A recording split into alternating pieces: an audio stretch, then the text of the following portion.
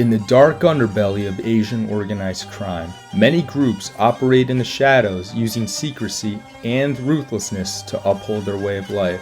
People have heard of the infamous Chinese gangs such as the Flying Dragons, Ghost Shadows, and Tong On. However, one group made a name for themselves operating extensively while using anonymity to their advantage. Join us as we uncover the origins, operations, and impact of the Fuk Ching.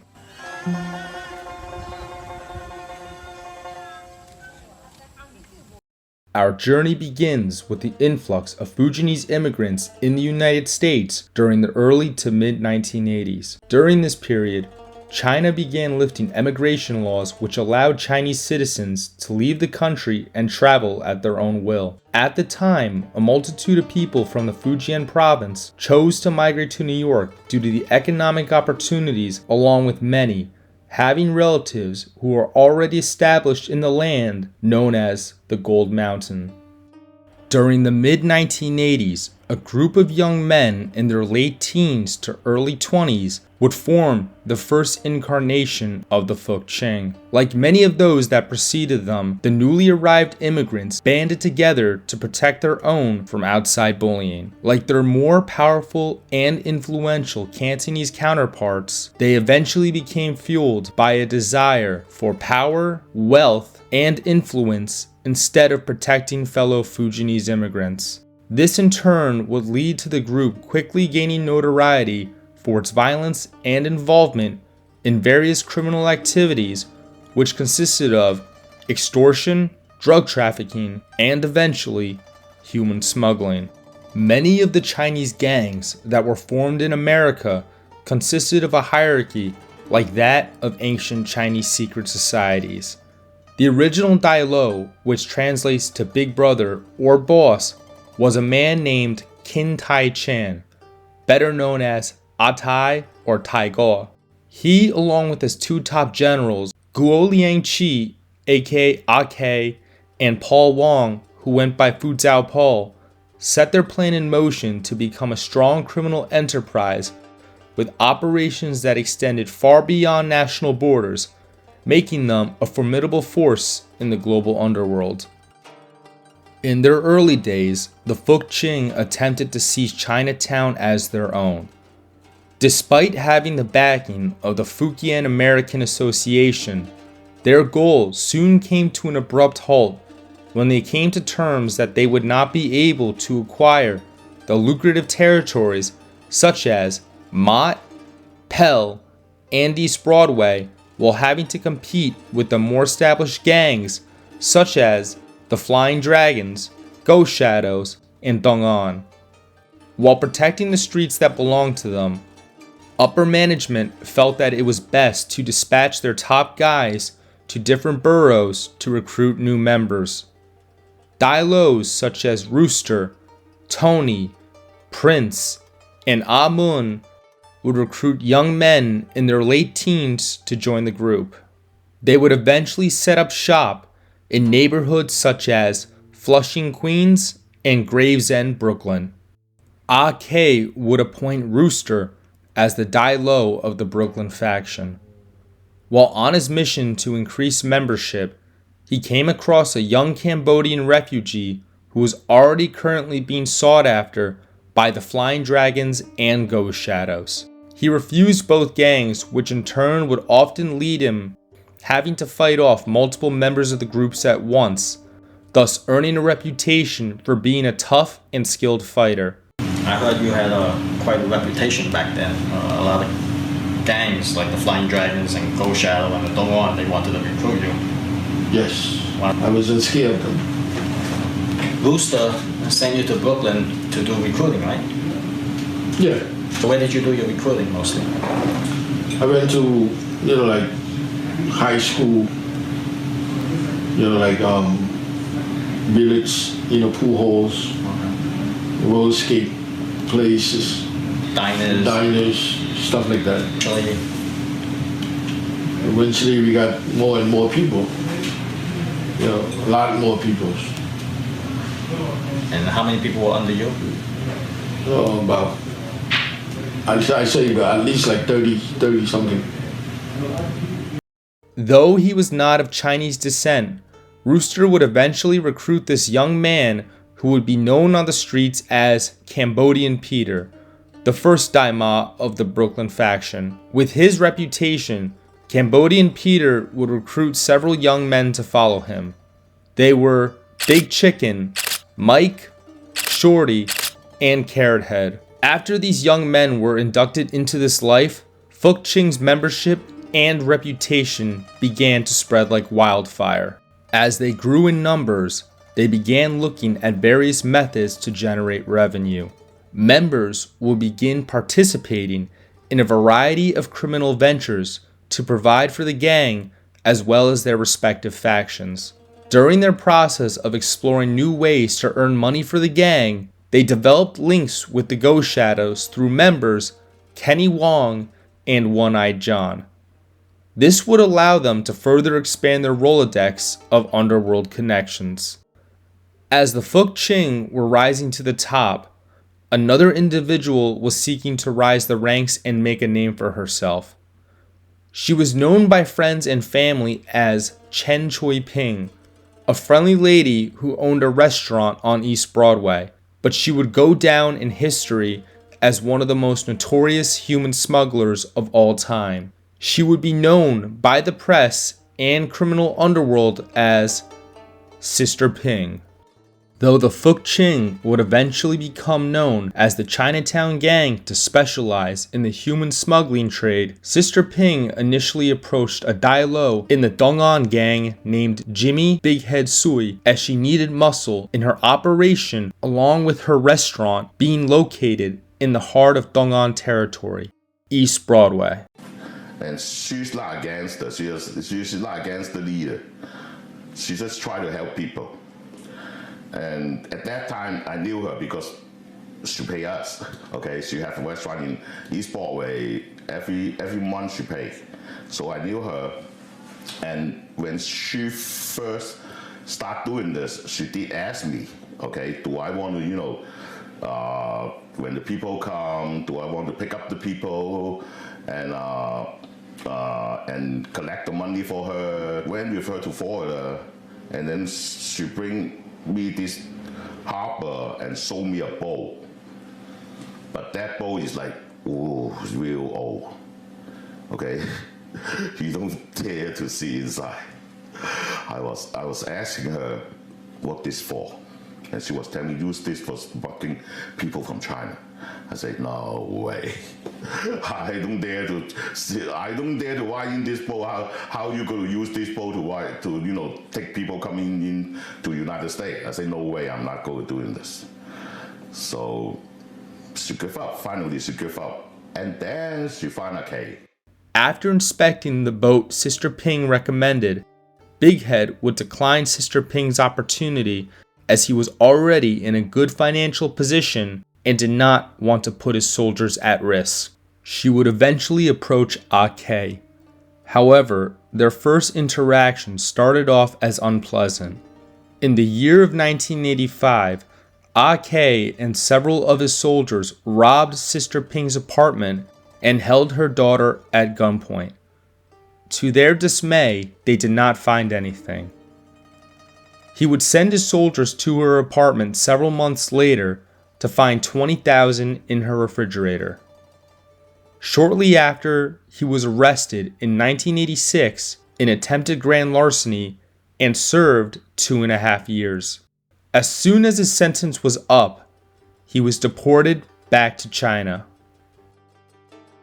In the year of 1986, founding member Fu Zhaopao broke off from the Fuk Ching due to internal conflicts. He left Chinatown and formed a new gang in Elmhurst, Queens, which was known as the Green Dragons. According to a news source, he selected this area as it was considered virgin territory.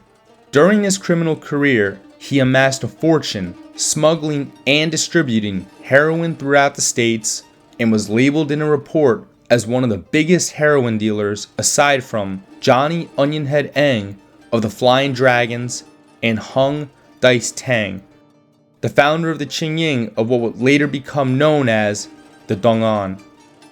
After Att was released in '88, he would go through various parts of the world such as Hong Kong, Belize, and eventually the West Coast to get back to New York. During this time, tensions between Fu Paul and his former gang reached an all-time high. In June of 1989, Paul was stepping outside of his house in Flushing when several young men hiding behind a bush ambushed him and opened fire. He was hospitalized but recovered several days later. He was shocked, as not many knew where he resided aside from his drug partners. He eventually narrowed it down to one person, his former boss of the Fuk Ching, Att. Before departing to China, he dispatched his Green Dragons to follow the leader of the Fuk Ching and report back to him on his whereabouts. When they did, he confirmed that Att was the one responsible behind it and decided to seal his fate. On a summer night in the following month, Att was seen leaving his girlfriend's house, walking to his car when he was shot 7 times. After his passing, Att was granted political asylum in 1991 by the United States and by then was the Dai Lo of the Fuk Ching. As the years passed, they began developing a fierce reputation on the streets by orchestrating numerous shootings against rival factions. However, the Fuk Ching would often get mistaken for other gangs by the press. In the early 90s, Fuk Ching Dai Lo Mun and member Danny Boy attempted to rob a jewelry store in Chinatown. However, the store security was a former cop. This resulted in a botched robbery along with several members being arrested and mistaken as members of the Grand Street Flying Dragons. Several other notable incidents that made headlines were the killing of the 3 BTK members outside of a nightclub located in Lower Manhattan, the Golden Q pool hall shooting with 1 fatality involving a rival gang, and the revenge shooting of a white gang member off Kings Highway in Brooklyn. Original Brooklyn Fuk Ching member Shorty was involved in a fatal pool hall incident after nearly getting killed by a Latino gang. Despite the Fuk Ching being on the rise, the news was constantly getting them mixed up with the other Chinese gangs. All of these shootings in the late 80s to early 90s assisted the Fuk Ching in developing a fearsome street reputation along with recognition. As the other gangs became aware of their ruthlessness, this would provide Att with more leverage during his dealings. These shootings would eventually lead them to war against some of the biggest names in Chinatown. Their sponsor, the Fujian American Association, was located in the heart of Tong On territory, East Broadway, which they would often frequent. Word would get back to the Tong On that a new gang would start encroaching on their turf. Early on in Att's criminal career, he attempted to take over East Broadway, which resulted in Big Head and 2 other Tong On members stabbing him. This would officially kick off the war between both gangs. Former Tong On member Jay, who was a part of the later generation and only 12 at the time, recalls the day he and his fellow brothers had a ruthless shootout with the Fuk Ching. We are now approaching the Fujian Association, and back in 1990, the Fuk Ching moved into our territory, and therefore it started a war. And we got an order from all the way up above to do something about it. Nako, my Dai Lo, my boss, instructed Jack to grab me and arm ourselves. We surround this building here, the Fujian Association. We had men on this corner, men across on the other corner, and right there in the middle of Pike Street used to be benches. That's where I was told to hold my position. All right. Now we have more people across the street and more people on this very block that we're standing on. One of the Fuk Ching members comes exiting the building, and our guy was behind him. He walks up to him, comes to a side stance, pulls up a silver 38, empties an entire chamber, hitting two guys, one in the upper body, one in the leg. He then takes off directly towards me. We swap weapons. He orders me to go get rid of the gun, the dirty gun. Next thing you know, you hear a bunch of gunshots, and it's the Fuk Ching firing back at us. Shots go off, bunch of gunshots. I can hear that it was two separate guns going off simultaneously. We back off, we take off. They end up hitting one of our guys. He runs across the street, makes it around the corner to Pike Street, and that's where he collapses. Crazy Paul happens to be with this individual. His name is Mustache Tony. He then sees Mustache Tony's eyes roll back, and at this point, Crazy Paul knew that he was gone. He let him go. He's covered in blood. He takes off. That's pretty much it. Yeah. In the summer of 1992, a business partner of Sister Ping had visited AK at his apartment on Hester Street, relaying to AK that Sister Ping was in need of manpower behind her human smuggling operation and would like to collaborate with him. He accepted, and the two made amends. Their first assignment together was to unload a ship off the coast of Massachusetts and bring the illegal immigrants to a warehouse in Brooklyn. This resulted in AK and his crew receiving $750,000 from Sister Ping, and thus began the start of a very lucrative partnership. Their business would continue as they operated in several more jobs together until their most infamous hit, the Golden Venture. As AK began to generate a lot of money, Sin Dan Lin, a higher ranking member under AK, who handled day-to-day smuggling operations, became enraged that AK was taking a majority of the profits himself, while him and the others were not earning that much. Sin Dan Lin would break away and create his own faction of snakeheads to smuggle people into the country. Furious and seeking revenge, AK put a hit out on Sin Dan Lin. On the day of the hit, Sin was located at a store on Allen Street with two associates during the assassination attempt. Both associates were gunned down, but Sin managed to escape. Fearing that the police would link him to the murders and already having been to prison before, AK escaped to China and appointed his two younger brothers in charge of the gang. Several weeks before the Golden Venture arrived, Sin tracked down AK's younger brothers at a safe house located in Teaneck, New Jersey. Sin would send Jeffrey Zhu and several members of his newly formed faction to murder both younger brothers, along with any other members who were located on the premises. Though they succeeded in assassinating the younger brothers, they were caught shortly after on their way driving back to New York. With no one to help guide the Golden Venture to safety, it crashed into a beach in the Rockaways. Several people jumped off trying to swim to shore, but ended up losing their lives in the process. The FBI would eventually track down all those involved in the smuggling ring. After the Golden Venture incident, AK would flee to China with one of his most trusted bodyguards and hid out in a compound while still running the Fuk Ching. He was eventually caught gambling in Hong Kong and subsequently arrested. He would later testify against Sister Ping, who also happened to be hiding out in China to avoid further jail time.